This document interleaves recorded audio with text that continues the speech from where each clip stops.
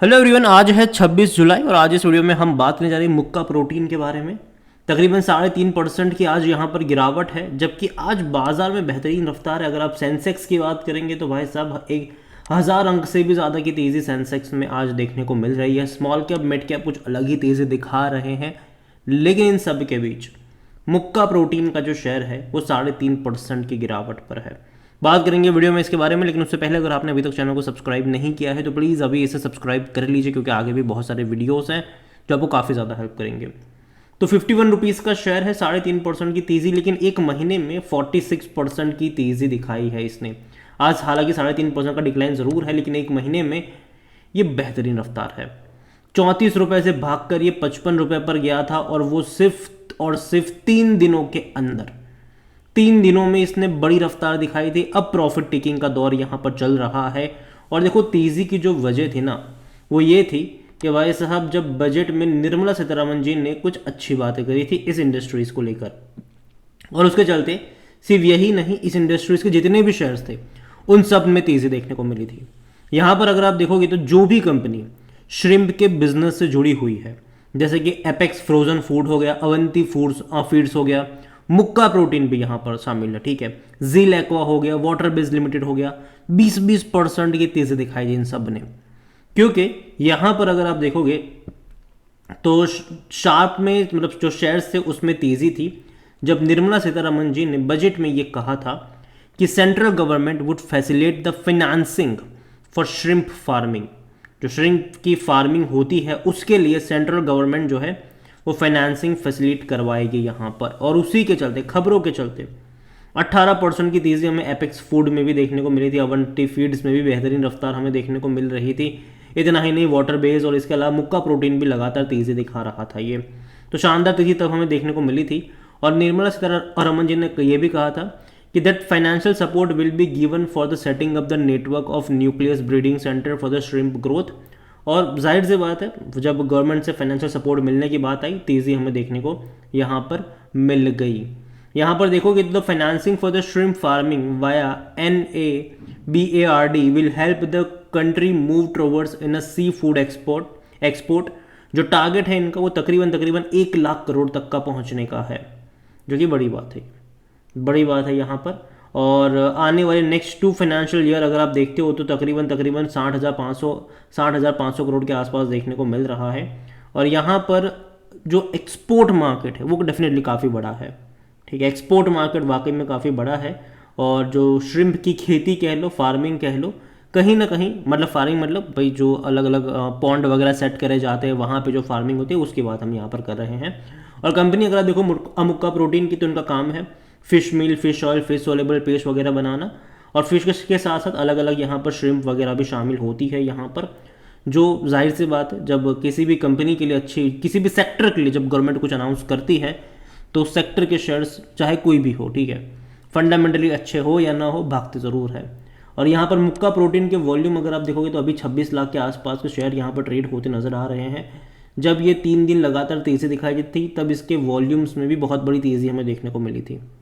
और जहाँ तक इसका ऑल टाइम हाई तो वो 56 रुपीज़ इंट्राडे क्रॉस कर गया था। इसका लो 30 रुपये के आसपास का है। मार्केट के पैसा 1,500 करोड़ के आसपास देखने को मिल रहा है। कंपनी को लेकर अगर हम बात करने जाए तो according to Moneycontrol user 100% लोग कह रहे खरीदारी करो यहाँ पर, 100% लोग।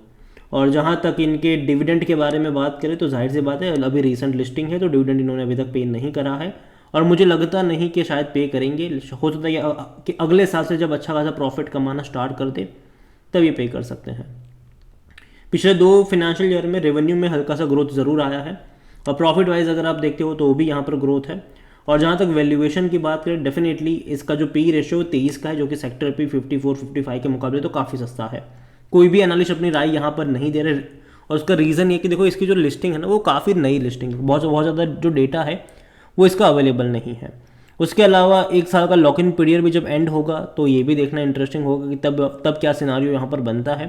फिनेंशियल्स अगर हम देखें इस कंपनी के, तो अभी जो लास्ट क्वार्टर के नंबर थे उसमें रेवेन्यू बहुत कम था, सिर्फ 260 करोड़ का ही रेवेन्यू था, जो कि पिछले साल 420 करोड़ का था। तो जाहिर सी बात है रिजल्ट्स भी कुछ खास अच्छे नहीं थे। हालांकि प्रॉफिट अच्छा था, 27 करोड़ का मुनाफा इन्होंने ज़रूर कमाया, जो कि काफ़ी अच्छी बात है। अभी जून के नंबर बहुत जल्दी आने हैं और देखते हैं कि नंबर्स कैसे आते हैं। मैं उम्मीद तो यही करूँगा कि रिजल्ट्स अच्छे आए, क्योंकि कहीं ना कहीं जो कंपैरिजन होगा वो 27 करोड़ के प्रॉफिट के साथ भी होगा। हालांकि रेवेन्यू दिसंबर में बहुत अच्छा था, 525 करोड़ का रेवेन्यू था, वो सबसे हाईएस्ट रेवेन्यू था क्वार्टरली। उसके बाद गिर गया मार्च में, लेकिन उम्मीद करते हैं कि एटलीस्ट अब थोड़े बहुत बढ़ते हुए रेवेन्यू हमें देखने को मिले। शेयर होल्डिंग के बारे में देखें तो जो प्रमोटर की होल्डिंग है वो 73.33% की है। म्यूचुअल फंड के पास कुछ भी नहीं है। डोमेस्टिक 2.50% पर है। एफआईएल्स बेच रहा है, अगर आप एफआईएल्स को देखोगे यहाँ पर तो 6.46% से बेचकर 5.08% पर आ गया। हालांकि डोमेस्टिक ने थोड़ी सी खरीदारी भी करी है, 2% से बढ़कर ये 2.5% पर आया ज़रूर है। रिटेल और अदर्स की मिलाकर 19.09% की होल्डिंग है, जिनमें से रिटेल इन्वेस्टर्स 17.45% पर है और जो अदर पार्टीज़ है वो 1.64% का स्टेक यहाँ पर लेकर बैठे हुए हैं।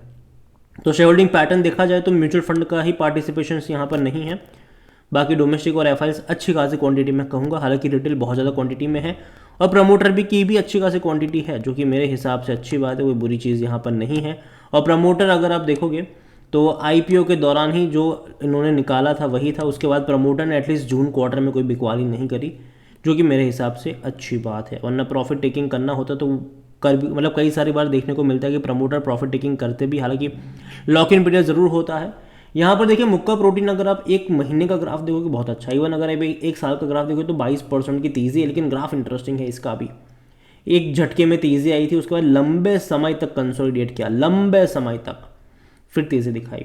देखिए इसका जो आईपीओ प्राइस था वो 28 रुपये का था, ठीक है, और काफ़ी अच्छा सब्सक्राइब हुआ था। मार्केट ये चीज़ एक्सपेक्ट करके चल रहा था कि जब ये खुलेगा, ओपन होगा तो 60 रुपये के आसपास खुलेगा, लेकिन बाद में ऐसा हुआ जो किसी को उम्मीद नहीं थी। वो ये थी कि जिन लोगों को आईपीओ सब्सक्राइब नहीं हुआ था और उनको रिफंड मिल जाना चाहिए था जो निर्धारित तारीख है उसको, लेकिन किसी को नहीं मिला। रिफंड मिलने में देरी हुई और लोगों का जो भरोसा था, कॉन्फिडेंस था, वो थोड़ा बहुत यहाँ पर डगमगा गया। लेकिन फिर भी लिस्टिंग अच्छी हुई, तकरीबन 43 रुपीज़ के आसपास ही ये खुला ज़रूर था, लेकिन खुलते ही लगातार गिरावट दिखाई इसने, 33 पे गया, वापस तेज़ी दिखाई, वापस लगातार गिरा, ये 30 रुपये पर गया, वापस तेज़ी दिखाकर कंसोलिडेट कर ही रहा था 33-34 पर। और जैसे ही बजट को लेकर अनाउंसमेंट हुई, ये भाई साहब एक ही झटके में भागा, ऐसा भागा, ऐसा भागा, ऐसा भागा, 55 पे चला गया। बाद में गिरावट भी आई, 48 पे गया, वापस गया ये 54 पर, अब वापस यहाँ पर गिरावट आज के दिन में देखने को मिल रही है। और देखिए मैं उम्मीद करता हूँ कि गिरावट कोई बहुत ज़्यादा बड़ी ना देखने को मिले, तेज़ी यहाँ पर बरकरार रहे। लेकिन अगर मैं यहाँ पर देखूँ तो जब ऑलरेडी कोई शेयर महीने में, मतलब 3 दिनों में जब ऑलरेडी यहाँ पर बेहतरीन रफ्तार दिखा देता है और 45-50% की तेज़ी तब 3 दिनों में कोई कंपनी दिखा देती है, तो फिर खरीदारी के मौके वहाँ पर बचते नहीं हैं, तब खरीदारी के मौके नहीं बचते हैं। और यहाँ पर मुझे लगता है कि हल्का फुल्का करेक्शन जो है वो यहाँ पर आना चाहिए। और मैं अभी के लिए इतना ही कहूँगा कि एक बार इनके जून क्वार्टर के नंबर्स देख लीजिए कि वो कैसे आते हैं। देखो जिनके पास है वो होल्ड करके चल सकते हैं, कोई दिक्कत मुझे यहाँ पर लगती नहीं है। लेकिन फ्रेश बाइंग की जहाँ तक बात आती है, मैं अभी मान के चलूँ कि करेक्शन थोड़ा बहुत बनना चाहिए, क्योंकि ऑलरेडी 45-50% की तेज़ी सिर्फ 3 दिन में इसने दिखाई है। तो यहाँ पर हल्के फुल्के करेक्शन की पॉसिबिलिटीज़ यहाँ पर देखने को मिल सकती है।